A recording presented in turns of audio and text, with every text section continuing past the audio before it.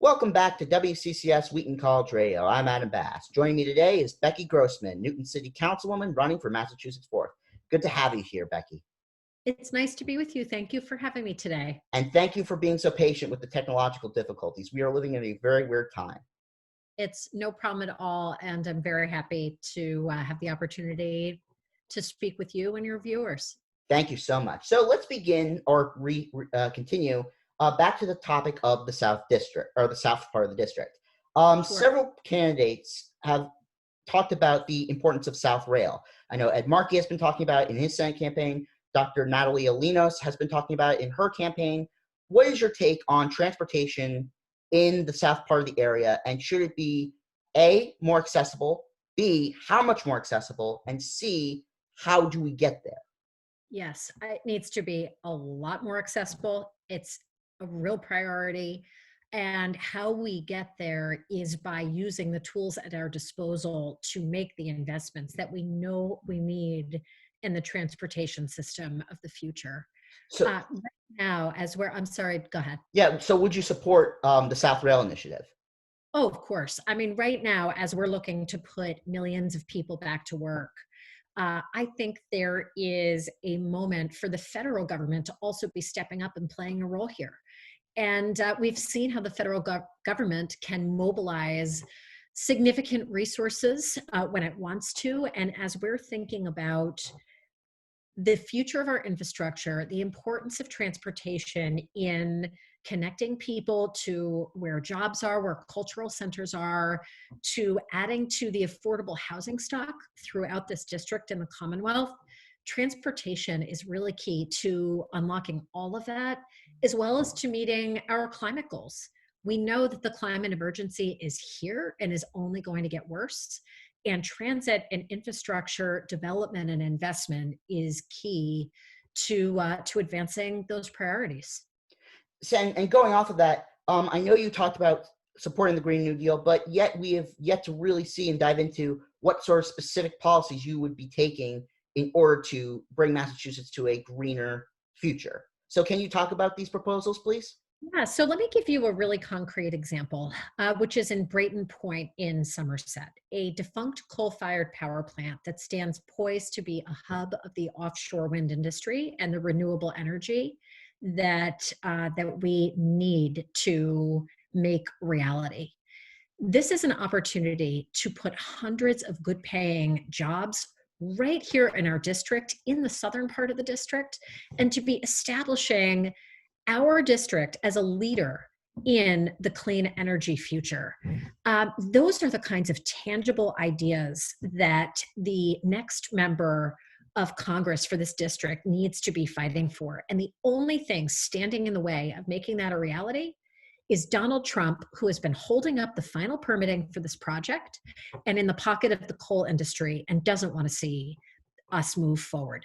That is something that I am going to champion and is an example of how I think the Green New Deal can be put into practice and has to be put into practice. And you would go as far to spend as much money as you can for this initiative? Well, I think that we've got to recognize that the climate emergency is, as I said, here and growing. When we look at the horrific response by the president in managing this pandemic, we have known for a long time that something like this could happen, and we didn't take the steps that we needed for emergency preparedness and thinking in the long term. And when I'm talking about the Green New Deal, that's about realizing that we've got to not only tackle what is before us now and how we're already seeing the effects of the climate emergency, but we know that this is a long-term situation that is only going to continue to get worse and is going to put our planet in peril. You know, early on in this campaign, when the Boston Youth Climate Strike, the first one, happened, I had the opportunity to talk with a group of young high school students who were on their way going down to march in Boston. And when I was speaking to them about their motivation and showing up that day, they said to me, "What's the point of getting an education if we're not going to have a planet to live on?" I agree. And that's why this is such a huge priority for me. And I think it has to be a priority for our federal government in a much more significant way, certainly as it has been under this president who's done everything in his power to undermine our climate goals. And what's your, and to finally wrap up this conversation about climate, what is your take on the new $2 trillion plan that Joe Biden has just released that has been given the Jay Inslee sign of approval to ratchet up less emission spending and electricity power by 2035? Yeah, I'm really glad to see Vice President Biden acting aggressively and talking about putting these resources to work and prioritizing that in this plan.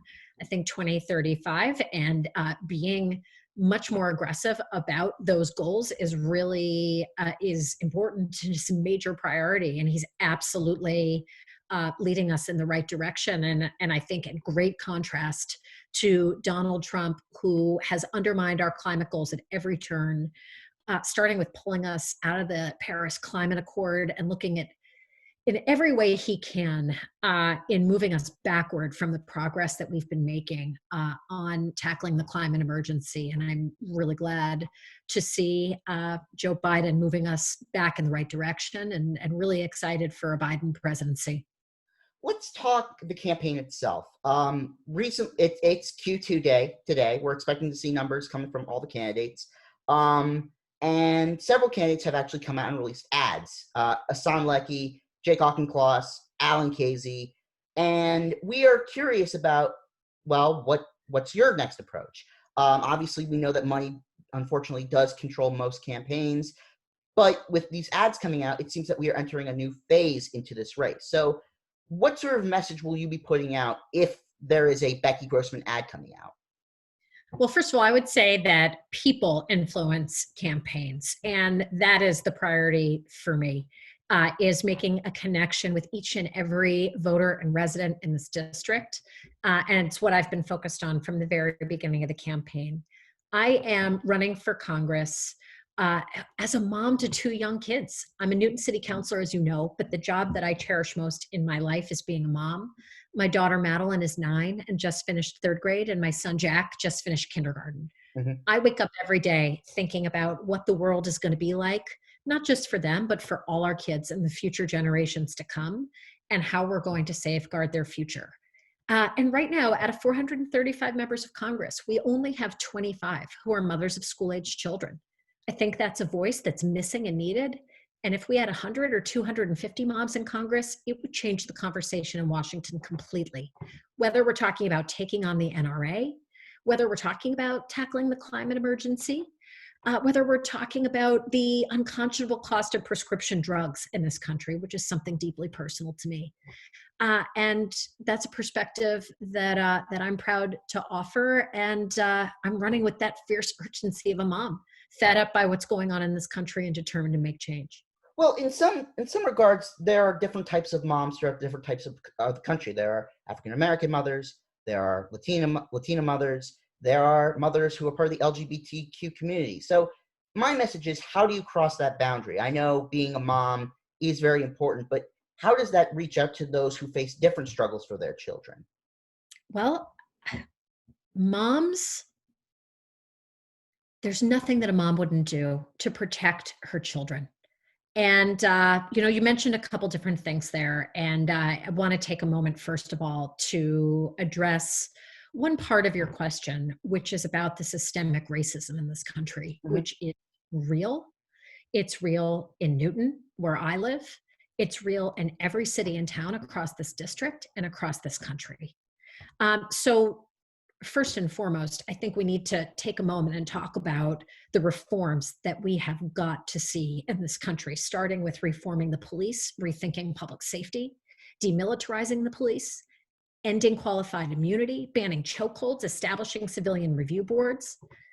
And when I think about that video of George Floyd calling out for his mother, when I think about the protests and rallies that I've attended across this district, one particularly poignant one where mother after mother after mother of young Black men came up to the microphone talking about how they feel fear every single time their sons walk out the door. I sit before you, a white woman who is privileged and understanding that I could never understand what that feels like. Mhm. But I heard that passion and I heard that commitment. And I am committed to being a voice for mothers everywhere, every type of mother. And that's the urgency and passion that I bring to this race. I think that's a very powerful statement to lay down the line there. So to go back a bit, one thing that mothers obviously are going to care about is schools and education. Right now, we are seeing Massachusetts go through phase 3 of its reopening plan. Several candidates have criticized this, as well as Donald Trump saying schools should be open. Now, what I think is that many parents are going to be apprehensive. We have seen polling from Mass Inc. polls showing that parents are super apprehensive to going back to school, especially, as you said, those part of systemic racism, Black and Latino mothers and fathers especially. So what do you think, as someone who needs to put education first for many Massachusetts voters, what do you think is the best approach that we do in order to make sure that our children either go to school safely or be safe at all? Yes. Well, bottom line is what you just said, which is safety, health and safety.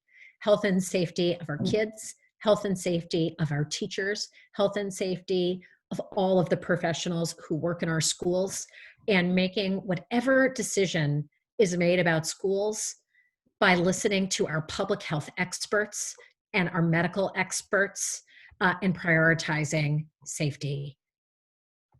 Undoubtedly, having our kids learning over Zoom has been really tough for families. Near And impossible.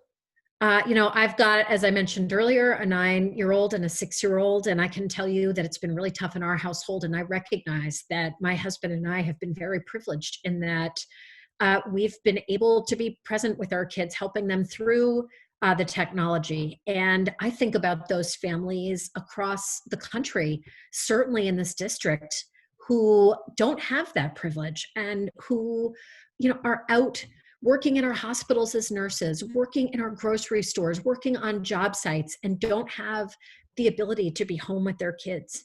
That's tough. And knowing how hard it's been for me, I can't imagine how hard it's been for those families. And all of us want to see our kids be able to get the education that we know we need. And especially in thinking about particularly special education students who, in particular, I think have been having a hard time with learning over Zoom. And we know that in-person learning and instruction is so deeply important.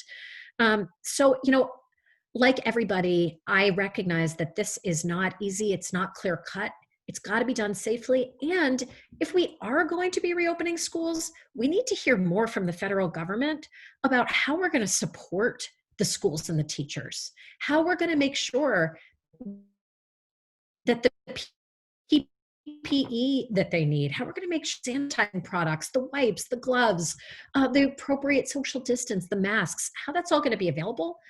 Right now we have teachers who are paying out of their pocket for pencils and books and paper. Are we going to be asking teachers to be paying for these supplies as well? That is totally wrong. And to hear Donald Trump threatening municipalities, threatening educational spending over this is flat out wrong. So I do want, and we are running out of time, unfortunately, but thank you for being such a willing participant, and thank you for, again, being on WCCS. So one thing I want, and I'm heading on a high note, we're starting to see campaign slogans come out. We the Fourth for Ben Siegel, Momentum for Jesse Mermel. What is the Grossman tagline? Well, as I told you, I am running as a mom and with the fierce urgency of a mom who is fed up by what is going on in this country and determined to make change. That is what fuels me every day in this race, and what I'm really focused on as we continue through the remainder of this process and beyond. So, note to all viewers: do not upset Becky Grossman. She will be a fierce mother. So, thank you so much for joining us, Councilwoman Grossman, and thank you all for listening. Up next will be our interview with Chris Zanatos on WCCS. Also, tune in to the Needham Wellesley forum tonight where Becky Grossman will be. That's my town, so it'll be great to be there. So I'm Adam Yeah. Bass. Thank you all for listening. Take care and good evening.